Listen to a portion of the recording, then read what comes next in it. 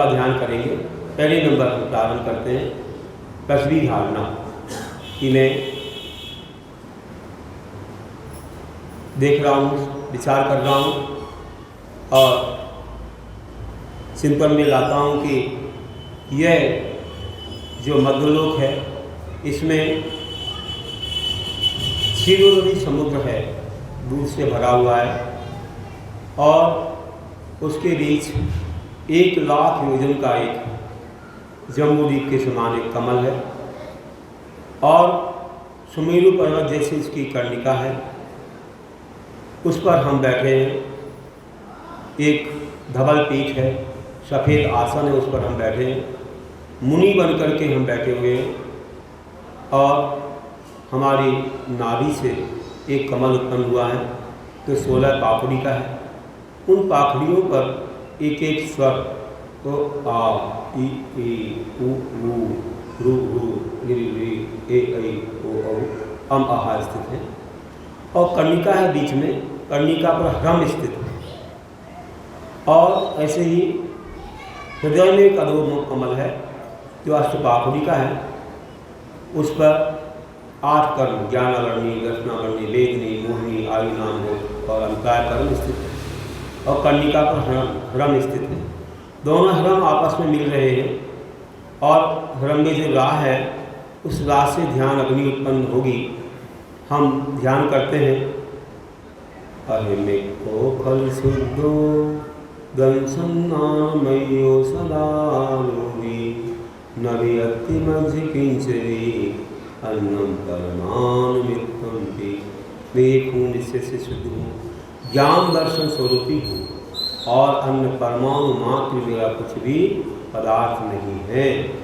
जहाँ देह अपनी नहीं तहाँ न अपनों कोय, घर संपत्ति पर प्रकट है पर है परिजन लोग। इस प्रकार हम ध्यान करते हुए अपने ज्ञान दर्शन गुणों में लीन हो गए और कुछ भी मेरा नहीं है ऐसा कायेश्वर विसर्ग हमारा चल रहा है। शरीर पर चाहे कोई उत्सर्ग करे, चाहे पत्थर, अग्नि या कुछ भी, चाहे कितने भी भयानक रूप हमारे सामने आए, हमारी आत्मा का कुछ नहीं बिगाड़ सकते। शरीर मेरा नहीं है। ऐसे में ध्यान करते हुए अपनी आत्मा में लीन होता हूँ और फिर ऐसे ध्यान के समय में एक ऐसी ध्वनि करता हूँ जिससे कि हमारा मन एकाग्र हो जाए और जैसे भगवान की वाणी ओंकार ध्वनि में कीर्ति है ऐसे ही हम ओम का उच्चारण करेंगे, जिसमें अरुण सिद्ध आचार्य उपाध्याय साधु हैं। फिर हम अंत में सिद्धों पर पहुंच जाएंगे।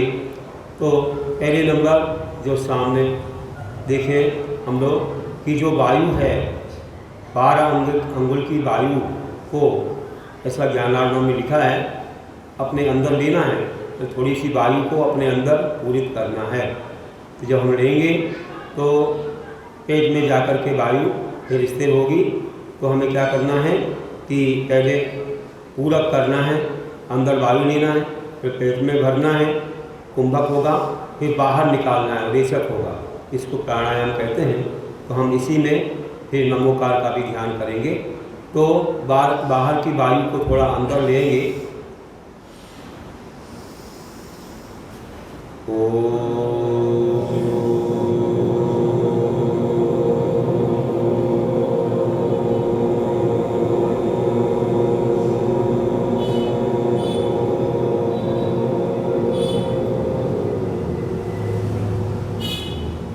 फिर हम वायु लेंगे अंदर।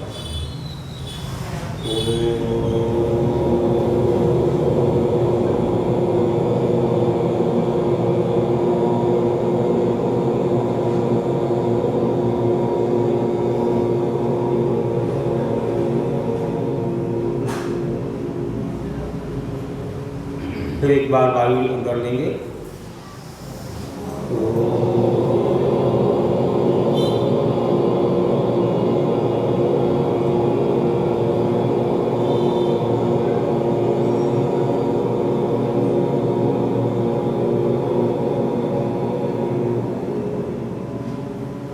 इस तरह हमने वायु को अंदर लिया, ये पूरक हुआ।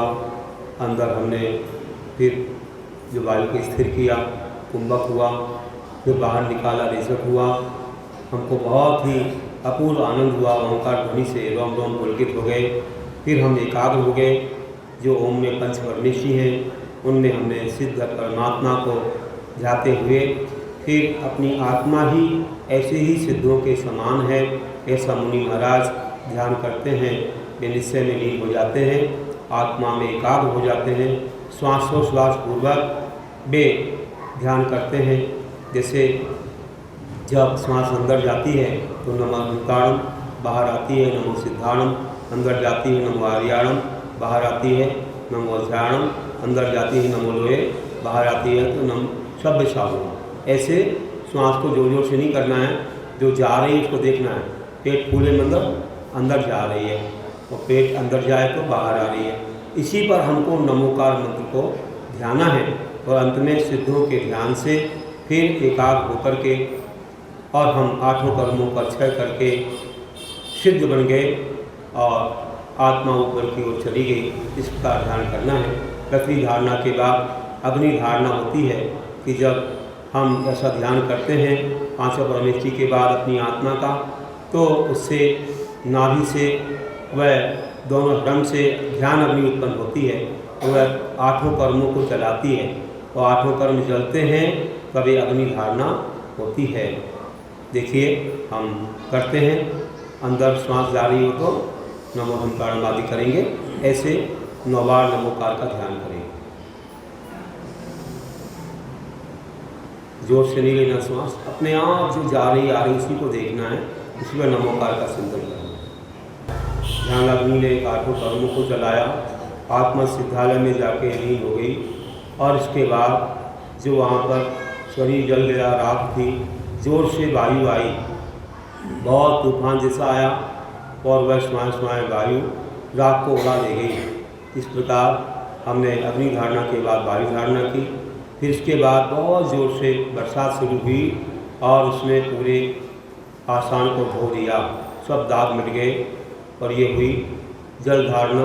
इसके बाद मैं एक आत्मा ज्ञान दर्शन स्वरूपी अनंत गुण में शुद्ध अखंड एक महान आत्मा चित्तपिंड अविनाशी शाश्वत शुद्ध बुद्ध आत्मा हूँ, ऐसा ध्यान कर रहा हूँ।